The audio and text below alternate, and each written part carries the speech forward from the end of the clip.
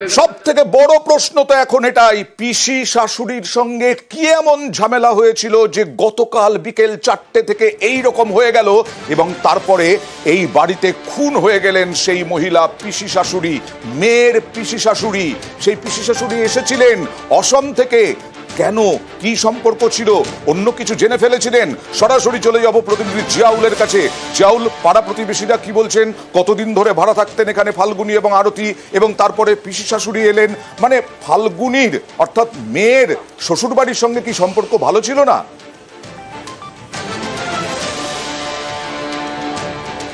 দেখো, ফাল্গুনির আসামে বিয়ে হওয়ার পরেই প্রায় সেখানে বেশ কিছু সংসার করার পরেই ডিভোর্স হয়ে যাওয়ার পরে একেবারে এখানে প্রায় 2.5 বছর আগে, অর্থাৎ এই মধ্যম গ্রামের বীরেশপল্লী 23 নম্বর ওয়ার্ড, ঠিক আমার ডান সাইডে যে বাড়ি, সেখানেই কিন্তু ভাড়া থাকতেন। এবং এলাকার মানুষ যেটা বলছেন, তাদের ব্যবহারে অতিষ্ঠ। তার কারণ প্রতি সন্ধ্যা হলেই বাইরের অর্থাৎ যুবকরা এখানে এসে আনাগোনা করতেন এবং এই বাড়িতে ঢুকতেন। ফলে এলাকার মানুষের একটা বললো সেক্স র্যাকেট কিন্তু এই বাড়িতে চালাতেন আরতি।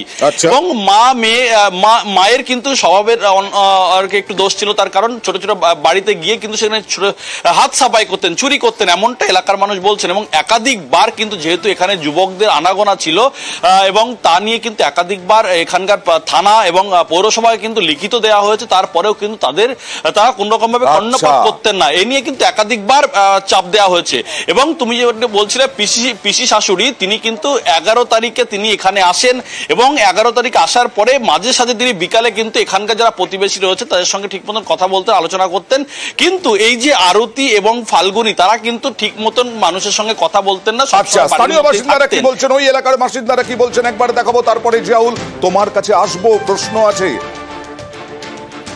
এনারা থাকতো 2-2.5 বছর, কিন্তু প্রথম দিন থেকেই এনারা কারোর সাথে কখনো কোনো কথাবার্তা বলতেন না বা মিশতেন না। আমরা চাইলেও ওনারা মেশেননি। এবং 2023 সালের পুজোর সময় বোধহয় রাত্রিবেলা ছেলেপুলে ঢুকেছিল, সেই নিয়ে চিৎকার চেঁচামেচি শুনেছিলাম। তারপরে আমরা লোকালি জানাই আর কি, কাউন্সিলরকে জানানো হয়, কাউন্সিলর এসেও বলেন।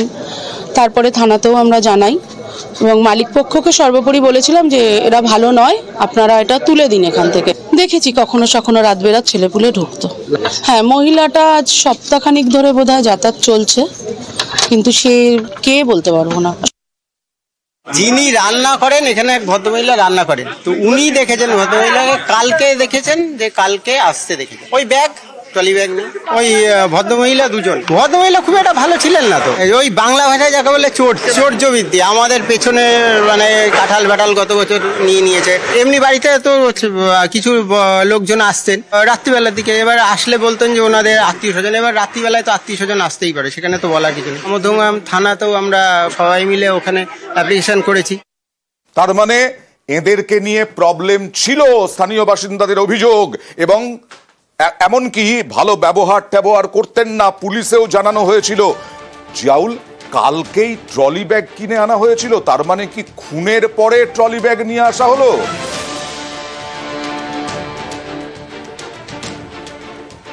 না, একদম। দেখো, যেহেতু 11 তারিখে পিসি শাশুড়ি এসেছিলেন, ফলে এই যে 24 তারিখ, ফলে এই যে দীর্ঘ 13-14 দিন যে এখানে রয়েছেন, একাধিকবার কিন্তু এই বাড়ি থেকে ঝামেলা অর্থাৎ গন্ডগোল চেঁচামেচির আওয়াজ কিন্তু পেয়েছেন। কিন্তু প্রতিবারই কিন্তু প্রতিবেশীরা বলেন বলছেন যে প্রতিদিন হয়, তাহলে কোনো ব্যাপার নেই। অর্থাৎ এই যে পিসি শাশুড়িকে মারা হবে তার আগে এটা পুরোটাই কিন্তু পূর্ব পরিকল্পনা। তার কারণ গতকাল বিকালে কিন্তু এখান থেকে ট্রলি ব্যাগ নিয়ে মা মেয়ে হেঁটে যায়।